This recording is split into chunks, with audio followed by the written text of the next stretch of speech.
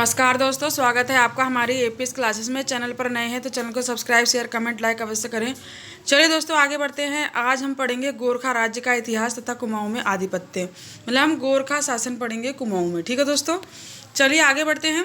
हम बात कर रहे थे लास्ट में महेंद्र चंद की। महेंद्र चंद जो थे वो चंद वंश के अंतिम राजा कहलाए। ठीक है, वो अंतिम राजा थे महेंद्र चंद। ठीक है, हमने पढ़ा पिछले सेक्शन में कि किस तरह से हमने हर्षदेव जोशी के बारे में पढ़ा कि हर्षदेव जोशी ने किस तरह से महेंद्र चंद के पिता मोहन चंद को गद्दी से हटाया और शिवचंद को बिठाया। ठीक है, और शिवचंद को किस तरह से महेंद्र चंद ने आक्रमण करा और युद्ध में हरा के उन्हें गद्दी से हटाया। अब महेंद्र चंद को भी जो है गोरखा शासन, गोरखा लोग जो होंगे वो उन्हें हटाएंगे। ठीक है, आज के सेक्शन में हम यही पढ़ेंगे। चलिए दोस्तों, आगे बढ़ते हैं, बात करते हैं गोरखा शासन की। चलिए दोस्तों, अब बात करते हैं गोरखा शासन की। दोस्तों, अगर हम गोरखा शासन की बात करें तो सबसे पहले हमें बात करनी पड़ेगी महेंद्र चंद्र की। दोस्तों, महेंद्र चंद्र का शासन काल अभी चल रहा है और महेंद्र चंद्र के शासन काल के ही बीच ऐसा हुआ कि एक युद्ध हुआ, हवाल बाग का युद्ध। ठीक है, और हवाल बाग मैदान में इनका युद्ध हुआ जिसमें कि गोरखा सेना की सेना और कुमाऊं की सेना दोनों का आमना सामना रहा और उसमें महेंद्र चंद जो है हार गया और ये मारा गया। शासन में दोस्तों, गोरखा शासन की बात है कि ऐसा माना जाता है कि वर्तमान में काली नदी के पूर्वोत्तर से लेकर और दार्जिलिंग सिक्किम की पश्चिमी सीमा तक, ठीक है दोस्तों, मोची नदी तक फैला हुआ ये संपूर्ण पर्वतीय क्षेत्र है और इसके पदतल में स्थित तराई नेपाल के नाम से ये जाना जाता है। ठीक है दोस्तों, और 18वीं सदी तक नेपाल उस छोटी सी उपत्यका का नाम था जो कोसी नदी और त्रिशूली नदी तक फैला था। इस उपात्या में एक जाति रहा करती थी जिसका नाम था दोस्तों नेवार जाति। ठीक है दोस्तों, क्या नाम था? नेवार जाति, जिसके नाम पर नेपाल का नामकरण हुआ। नेवार जाति के नाम पर ही नेपाल जैसे एक देश का नाम पड़ा। ठीक है दोस्तों, नेवारों के पश्चिमी में काली नदी के पूर्वोत्तर तक प्रदेश में 24 कहलाता था और 24 ठकुराइयों में होने के कारण इसे 24 कहा गया। ठीक है दोस्तों, ठकुराइयों के होने की वजह से इसे 24 कहा गया। दोस्तों, 24 के अंतर्गत ही कास्की नामक ठकुराई थी जिसके अधीन गोरखा और प्रमुख पर्वतीय राज्य हुआ करते थे। ठीक है दोस्तों, अनुश्रुतियों की माने तो अनुश्रुतियों के अनुसार गुरु गोरखनाथ के नाम पर इस क्षेत्र का नाम गोरखा पड़ा। ठीक है, यहाँ के निवासियों को गोरखियाली भी कहा जाता है। तो प्रश्न बन जाता है कि यहाँ के नेपाल के जो गोरखा के जो रहने वाले लोग गोरखा लोग हैं उन्हें क्या कहा जाता है? तो उन्हें गोरखियाली भी कहा जाता है। ठीक है, और नेपाल में रहने वाले लोगों को जो है गोरखा भी कहा जाता है। और जो नेवार जाति है, नेवार जाति से ही नेपाल जैसे देश का नाम पड़ा है। ठीक है दोस्तों, चलिए आगे बढ़ते हैं, बात करते हैं गोरखा राज्य के शासक की। ठीक है, अगर हम गोरखा राज्य के शासक की बात करें दोस्तों, तो गोरखा राज्य के शासक द्रव्य शाह ने अपने पुरोहित गणेश पांडे के साथ मिलकर विस्तारवादी नीति की थी। ठीक है दोस्तों, द्रव्य शाह के पश्चात सुंदर शाह, छत्र शाह, राम शाह, दल मदन शाह, कृष्ण शाह, रुद्र शाह ने भी शासन किया था। रुद्र शाह का पुत्र पृथ्वी नारायण शाह, इसने पूर्वी नेपाल का एकीकरण किया था। तो प्रश्न बन जाता है कि पूर्वी नेपाल है उसका एकीकरण किसने करा? तो पृथ्वी नारायण शाह ने करा। ठीक है दोस्तों, इसे आधुनिक नेपाल का निर्माता भी कहा जाता है। ठीक है दोस्तों, क्या इसे आधुनिक निर्माता भी कहा जाता है। चलिए अब बात करते हैं सिंह प्रताप शाह की। ठीक है, सिंह प्रताप शाह की बात करें तो पृथ्वी नारायण शाह के पश्चात सिंह प्रताप शाह 1775 से 1778 तक के इन्होंने शासन किया। सिंह प्रताप शाह का पुत्र रण बहादुर शाह था। ठीक है, रण बहादुर शाह के समय ही जो है कुमाऊं पर गोरखों ने जो है आक्रमण किया था। कुमाऊं पर गोरखों ने आक्रमण किया, इस पर भी कुछ इतिहासकारों का मानना है दोस्तों कि जो हर्षदेव जोशी थे, हर्षदेव जोशी जा मिले गोरखों से, ठीक है। गोरखों ने वैसे तो कुमाऊं के कुछ भागों को पहले से ही दबा लिया था, लेकिन क्योंकि उस महेंद्र चंद्र जो महेंद्र चंद था, महेंद्र चंद ने शिवचंद को गद्दी से हटा दिया था, ठीक है। जिस वजह से, क्योंकि शिवचंद जो थे वो सिर्फ मोहरा बतौर थे और शासन तो हर्षदेव जोशी का ही था, ठीक है। तो हर्षदेव जोशी ने जो है राजनीति चली और उन्होंने वो जा मिल गए गोरखों से, और गोरखों के साथ उन्होंने बैठकर बातचीत करी और पूरा साथ दिया। उन्होंने गोरखों का अपनी पूरी सेना भी दी और अपनी सेना के साथ पूरे हक के साथ उन्होंने लड़ाई लड़ी, और लड़ाई लड़ी जो है वो महेंद्र चंद के खिलाफ, मतलब कुमाऊं के खिलाफ, और उन्होंने पूरा साथ दिया। इस वजह से गोरखा जो थे पूरे कुमाऊं को जीत कर ले गए, ठीक है। पूरे कुमाऊं पर आधिपत्य हो गया, पूरे कुमाऊं पर अधिकार हो गया गोरखाओं का। तो कुछ इतिहासकारों ने उन्हें देशद्रोही भी माना है, कुछ इतिहासकारों ने उन्हें चाणक्य की भी नीति दी है, ठीक है। कुछ इतिहासकारों ने उन्हें विभीषण का भी काम किया है, इस तरह से भी उन्हें बोला है, ठीक है दोस्तों। चलिए आगे बढ़ते हैं।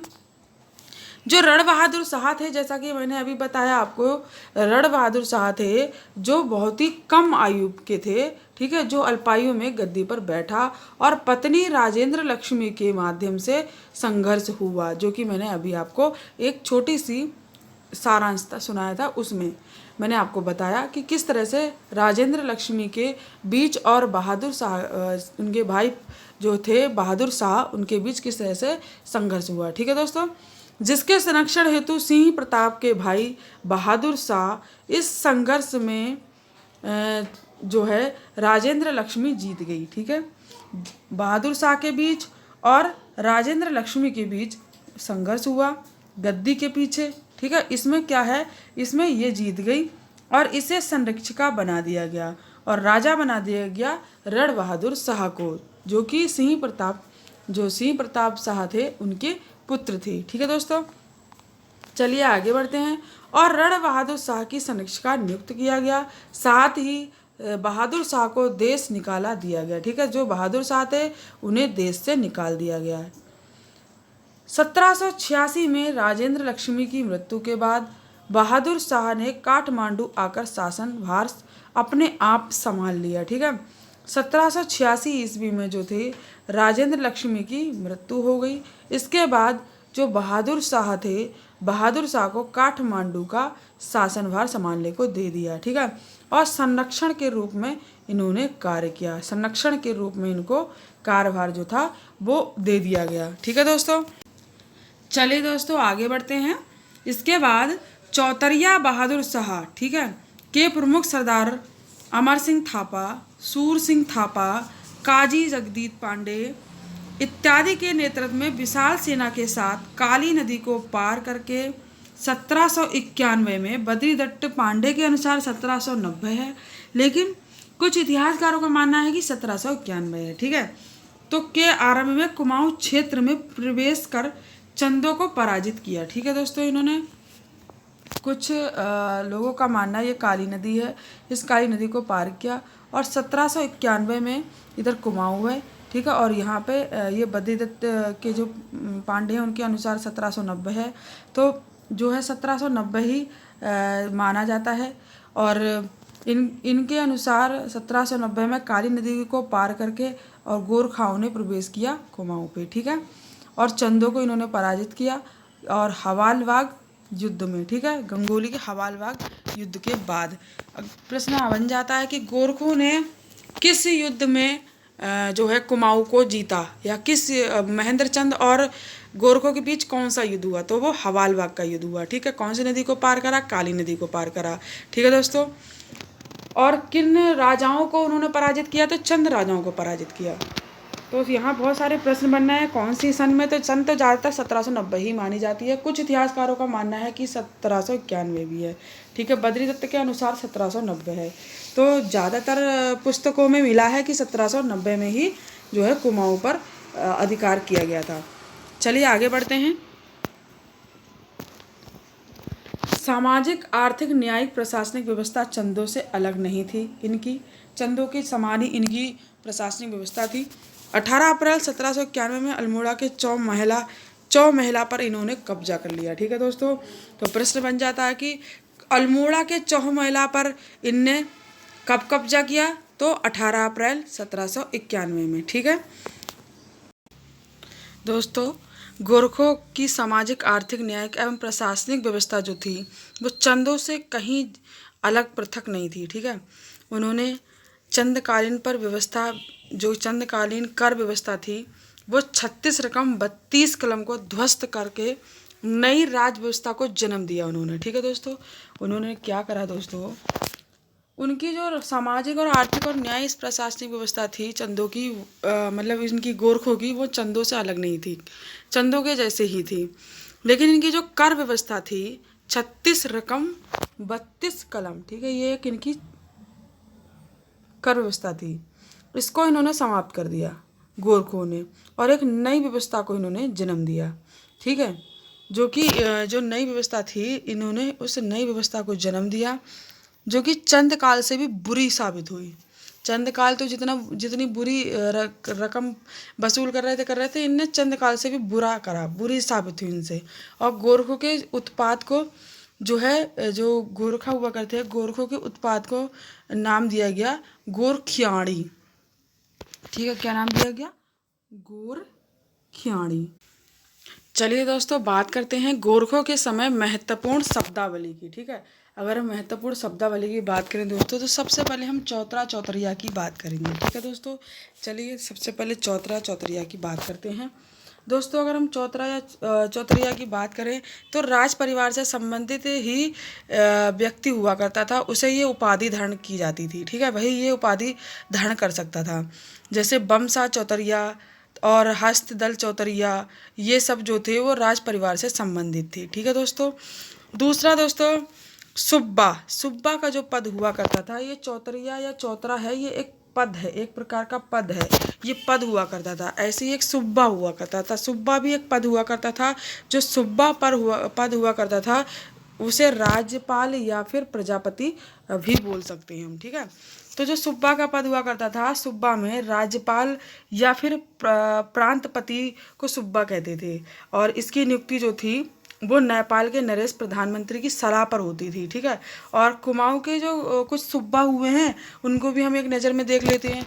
ठीक है दोस्तों, चलिए देखते हैं। सबसे पहले जोगा मल्ल हुआ सुब्बा, जो कि 1791 से 93 तक रहा। ठीक है, जोगा मल्ला जो हुआ ये कुमाऊं का पहला सुब्बा नियुक्त हुआ। तो प्रश्न बन जाता कि जो गोरखा शासन में कुमाऊं में गोरखा शासन में सबसे पहला सुब्बा कौन था, तो वो जोगा मल्ल था। ठीक है, कौन था, जोगा मल्ल था। और जोगा मल्ल का जो समय रहा वो रहा 1791 से 1793। ठीक है दोस्तों, ये कुमाऊं का पहला सुब्बा नियुक्त हुआ और इसने बीसी व्यवस्था को शुरू कर दिया। ठीक है, बीसी व्यवस्था को शुरू कर इसने प्रत्येक आवाज जमीन को जो थी प्रति बीसी और 20 नाली जमीन पर 1 रुपया टैक्स निर्धारित किया। ठीक है दोस्तों, इसने क्या किया, इसने 1 रुपया टैक्स निर्धारित किया। दूसरा दोस्तों काजी नरसाही। अब काजी नरसाही का जो समय रहा वो 1793 से 1794 के बीच रहा। और जो काजी नरसाही था दोस्तों, वो हिमाचल मूल के नगरकोटी राजपूती स्थानीय जनता को जो है गोरखों के विरुद्ध भड़काते थे ये। ठीक है, और जिससे कि क्रोधित होकर नरसाही ने ढाकचा सैनिकों का गठन किया। और ढाकचा सैनिक जो थे, ढाकचा सैनिकों को गठन कर उनके नक्कोटिया का जो है नरसंहार किया। और ये नरसंहार जो है वो हत्याकांड कुमाऊं के इतिहास में नरसाही का पाला या फिर नरसाही का मंगल या फिर मंगल की रात कहलाई। ठीक है, तो प्रश्न बन जाता है दोस्तों कि नरसाही का पाला, ठीक है, या फिर नरसाही का मंगल। ठीक है, नरसाही का मंगल या फिर मंगल की रात। ठीक है, इस तरह का प्रश्न बन जाता है। तो ये किसके समय पर हुआ, ये काजी नरसाही के समय पर हुआ। ठीक है दोस्तों, जो कि एक सुब्बा था। ठीक है, कुमाऊं का सुब्बा था दूसरा। चलिए आगे बढ़ते हैं, बात करते हैं अजब सिंह की। अगर हम अजब सिंह की बात करें दोस्तों, तो अजब सिंह खवास जो थे उनका जो समय काल रहा वो 1794 रहा। ठीक है, इसके साथ नायाब सुब्बा जो थे वो श्रेष्ठ थापा और फौजदार जो थे वो जसवंत सिंह भंडारी थे। ठीक है दोस्तों, कौन थे? जसवंत सिंह भंडारी। दोस्तों फिर बात करते हैं अमर सिंह थापा की। अमर सिंह जो थापा थे वो थे 1795 से 1796। ठीक है, अमर सिंह थापा के साथ जो गोविंद उपाध्याय थे वो गोविंद उपाध्याय को करदार और भक्ति थापा को फौजदार का जो है पद दिया गया। ठीक है दोस्तों, इसके बाद बात करते हैं प्रबल राणा की। अगर हम प्रबल राणा की बात करें दोस्तों तो इसके साथ जयकृष्ण थापा को नायाब सुब्बा का पद दिया गया। और दोस्तों अगर हम बात करें बम शाह की, अगर हम बम शाह की बात करें दोस्तों तो इनका जो समय काल है वो 1797 से 99 के बीच रहा। और इसके साथ ही इनके जो भाई थे रुद्रवीर शाह उनको नायाब सूबा बनाया गया। ठीक है, और जो ये थे इन्होंने 5 रुपये प्रति जोला के हिसाब से ब्राह्मणों पर कुसाही नामक कर लगाया। ठीक है, क्या कर लगाया? कुसाही। तो प्रश्न बन जाता है कि कुसाही कर किसके द्वारा बना, मतलब किसके द्वारा लगाया गया? तो वो बम शाह के द्वारा लगाया गया। ठीक है दोस्तों, किसके द्वारा लगाया? बम शाह, जिसमें कि 5 रुपये प्रति ज्यूला के हिसाब से ब्राह्मणों पर दिया जाता था। और जो कुसाही जो कर था वो ब्राह्मणों पर लगा हुआ था। ठीक है दोस्तों, इसके बाद बात करें हम दोस्तों, चलिए दोस्तों बात करते हैं अजब सिंह की। ठीक है, अजब सिंह पुनः इनकी नियुक्ति हुई है। अजब सिंह की बात करें दोस्तों तो अजब सिंह जब पुनः बने तो पुनः इन्होंने 1799 से 1800 तक इनका जो है समय रहा। ठीक है, और श्रेष्ठ थापा जो थे, श्रेष्ठ थापा को इनके साथ में नायाब का और विश्राम खत्री को सरदार का पद दिया गया। ठीक है, सरदार बनाकर इनके साथ भेज दिया गया और ये दूसरी बार कुमाऊं का सुब्बा बना। ठीक है दोस्तों, ये सुब्बा बना। इसका क्या था कि ये ब्राह्मणों को बोझ ढोने से इनकार करने पर जो उनके पैरों उनसे कहा करता था कि ब्राह्मणों के पैर पूजे जाते हैं, ब्राह्मणों का सिर नहीं पूजा जाता, इसलिए बोझ सिर पे रखो। ठीक है, और बेगार से आनाकानी करने पर चाबुक से मारा करता था ये। ठीक है, किसको? ब्राह्मणों को। ठीक है, तो ऐसा भी प्रश्न बन जाता है कि ये कौन कहा करता था कि ब्राह्मणों के पैर पूजे जाते हैं, सिर नहीं, इसलिए बोझ सिर पर रखो। तो ये अजब सिंह के द्वारा कहा जाता था और उनके मना करने पर जो है चाबुक से उन्हें मारता था ये अजब सिंह। ठीक है, इतना अत्याचारी था। दोस्तों फिर बात करते हैं धोकल सिंह बंतयाल की। ठीक है, अगर धोकल सिंह बसंतयाल की बात करें दोस्तों तो ये जो था ये मेजर गणपति उपाध्याय को नायब सुब्बा नियुक्त किया गया इसके साथ में। ठीक है, और ये उग्र स्वभाव का व्यक्ति था, बहुत ज़्यादा उग्र था ये, और अपने ही सैनिकों को वेतन देने के मामले में हुए झगड़े के साथ ये स्वयं भी मारा गया। चलिए दोस्तों बात करते हैं रुद्रवीर शाह की। अगर हम रुद्रवीर शाह की बात करें तो इनका समय जो था वो 1802 से लेकर 1803 के बीच में रहा दोस्तों, और इसने कुमाऊं में आकर टनकर नामक कर लगाया। ठीक है, तो प्रश्न बन जाता है कि टनकर नामक कर लगाया जो कि बुनकरों से लिया जाता था। तो ऐसा प्रश्न बन जाता है कि टनकर नाम का कर किसने लगाया? ठीक है, टनकर नाम का कर जो है वो रुद्रवीर शाह ने लगाया कुमाऊं पर, और ये जो था ये बुनकरों से लिया जाता था। ठीक है, किससे लिया जाता था? बुनकरों से। आगे बात करते हैं कजी गज केसर की। ठीक है, कजी गज केसर पांडे की बात करें तो इनका समय जो रहा वो 1803 से 1804 के बीच में रहा। ये जो थे इनके साथ में कृष्णानंद को नायब सुब्बा बनाकर भेजा गया। और 1803 में गढ़वाल में आए भूकंप के कारण श्रीनगर राजा का महल जो था वो टूट गया। ठीक है, और वो टूट जाने की खबर जो है इन्हें मिली, और इनके मिलने के समय ही अमर सिंह थापा जो थे, अमर सिंह थापा, बम शाह और हस्तीदल चौतरिया, ये इन लोगों ने एक बड़ी सी सेना जो है तैयार के साथ गणराज्य पर हमला कर दिया। ठीक है, ये लोग हमला करने चले गए उस पे गढ़वाल पे, और इन्होंने 1 सितंबर 1803 को दोस्तों 1 सितंबर 1803 को गढ़वाल में बहुत भयंकर भूकंप आया था। ठीक है, उस भूकंप में जो राजभवन था गढ़वालियों का वो बिल्कुल टूट गया था और ध्वस्त भस्त हो गया था, और जो भूकंप का मुख्य केंद्र था वो था बद्रीनाथ का मंदिर। ठीक है दोस्तों, और फरवरी 1803 में गोरखों के द्वारा दूसरा आक्रमण किया गया। और इस आक्रमण में डबराल के अनुसार 1804 में 14 मई मतलब जो डबराल हैं, डबराल के अनुसार 1804 में ये युद्ध हुआ और इतिहासकारों के माने तो 1803 में गोरखों के द्वारा ये आक्रमण किया गया। ठीक है। दून की जो घाटी है उसमें खुड़बड़ा का युद्ध हुआ 26 जून 1804 में। ठीक है। इस युद्ध में क्या हुआ कि जो प्रद्युम्न शाह थे वो वीरगति को प्राप्त हो गए और उनका जो पुत्र था सुदर्शन शाह जो कि ज्वालापुर में 12 वर्ष तक वनवास उसको हो गया, वो वनवास चला गया। और भाई प्रीतम शाह जो थे, भाई प्रीतम शाह को काठमांडू भेज दिया गया। ठीक है दोस्तों। और अमर सिंह थापा को कुमाऊं और गढ़वाल दोनों का क्षेत्रों का सूबा बना दिया गया, सूबा नियुक्त कर दिया गया। ठीक है दोस्तों। चलिए दोस्तों अब बात करते हैं कुमाऊं में बम शाह की। अगर हम कुमाऊं में बम शाह की बात करें दोस्तों तो 1806 में ऋतुध्वज थापा को वापस बुला लिया गया। ठीक है दोस्तों। और उसे अपराध के कारण डोटी में फांसी दे दी गई। ठीक है। किसको? ऋतुध्वज थापा को। आगे बात करें तो उसकी जगह पे हस्तीदल चौतरिया जो था, हस्तीदल चौतरिया के बड़े भाई बमशाह को बुलाकर वहाँ का सूबा नियुक्त कर दिया गया। ठीक है दोस्तों। बमशाह के भाई को बुलाकर क्या करा गया? सूबा नियुक्त कर दिया गया।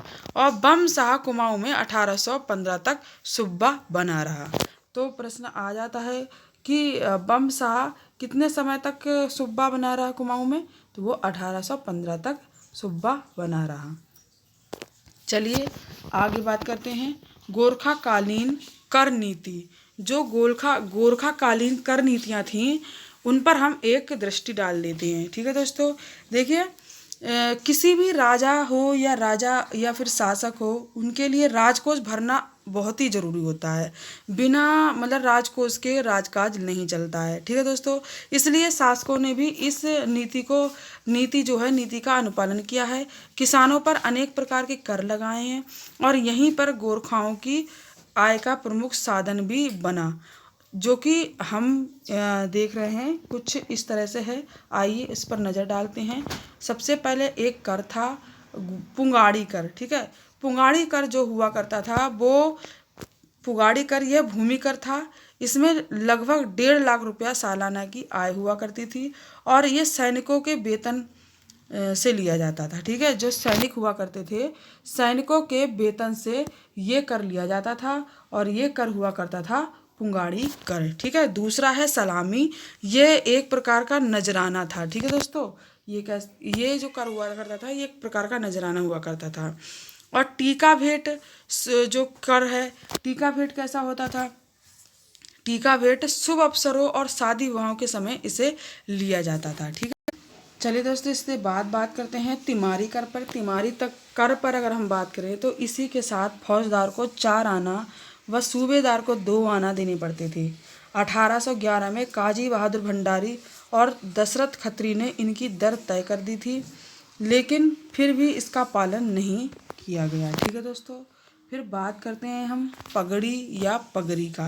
अगर हम पगड़ी और पगड़ी की कर की बात करें तो गोरखों की सनदों में इसका जो उल्लेख है वो बार बार आया है। ठीक है। और ये जो है वो ज़मीन और जायदाद के हस्तांतरण में ज़मीन प्राप्त करने वाले व्यक्ति का प्राप्त करने वाला जो व्यक्ति हुआ करते था उसको एक मुश्त देना पड़ता था। ठीक है। ये कर, और ये जो कर था ये कर राज्य की आय का एक प्रमुख साधन था। ठीक है। पगड़ी कर। और मांगा कर दोस्तों, ये प्रत्येक नौजवान से 1 रुपया कर के रूप में लिया जाता था और युद्ध के सभी तात्कालिक कर के रूप में इसे वसूला जाता था। ठीक है दोस्तों। और अगर हम बात करें सुवांगी या दस्तूर कर की तो ये प्रत्येक बीसी भूमि पर 1 रुपया लिया जाता था। और अगर हम बात करें दोस्तों मेजबानी दस्तूर की तो ये 2.5 आना होता था, ये 2.5 आना लिया जाता था। ठीक है। आगे हम बात करें दोस्तों, अगर हम बात करें सोनिया फागुन की तो सोनिया फागुन जो था वो उत्सवों का खर्च हुआ करता था। इसमें भैंसे बकरे लिए जाते थे और गोरखा लोग सावन दशहरा और फागुन के उत्सवों में भैंसों की बलि देते थे। उनके मांस को चढ़ावे में चढ़ाते थे और खाते थे।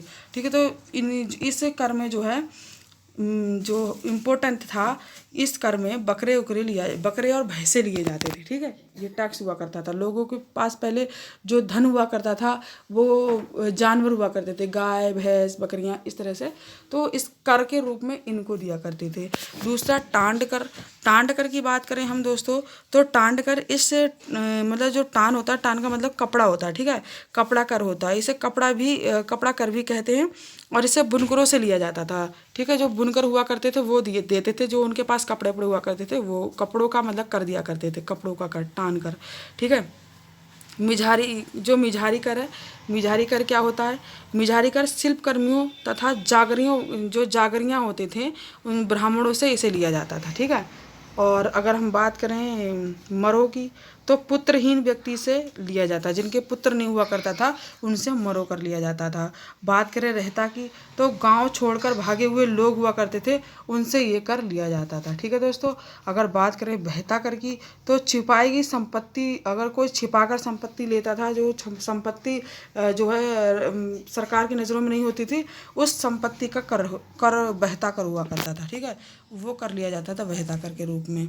इसके बाद दोस्तों बात करें घीघर की, अगर घीघर की बात करें तो दुधारू पशुओं को, जो दुधारू पशु हुआ करते थे उनके मालिकों से लिया जाता था। ठीक है, और फिर है बात करें मौकर कर की, अगर मौकर कर की बात करें दोस्तों, तो मौकर कर ऐसा कर हुआ करता था कि ये कर जो था ये दो तरीके से वसूला जाता था। ठीक है, पूर्व में इसे परिवार के आधार पर लिया गया। ठीक है, लेकिन बाद में इसे संयुक्त परिवार के आधार पर लिया जाने लगा। ठीक है दोस्तों, इसके बाद अदनी दफ्तरी, अगर अदनी दफ्तरी कर की बात करें तो ये राजस्व का काम करने वाले कर्मचारियों के वेतन से काटा जाता था। ठीक है, तो वेतन के लिए जो खस जमींदार हुआ करते थे उनसे ये कर लिया जाता था। और अगर बात करें दोस्तों जान्या कर की, तो जान्या कर ऐसा कर हुआ करता था कि राज के कर्मचारी हुआ करते थे, कर्मचारियों से लगान के बाबत पूछने पर यह कर पड़ता था। ठीक है, और चलिए दोस्तों बात करते हैं गोरखों के समय एवं बाद के चंद जो राजवंशी थे उनके बारे में। ठीक है दोस्तों, चलिए बात करते हैं राजा महेंद्रचंद। ठीक है, राजा महेंद्रचंद व उनके छोटे भाई लाल सिंह जो थे उनके बीच सत्ता के लेकर संघर्ष चला। क्योंकि राजा महेंद्रचंद जो थे वो बड़ा था, तो उसे अल्मोड़ा की गद्दी मिली। बाद में चंद वंश दो हिस्सों में बट गया। ठीक है, अल्मोड़ा और काशीपुर में यह बटा।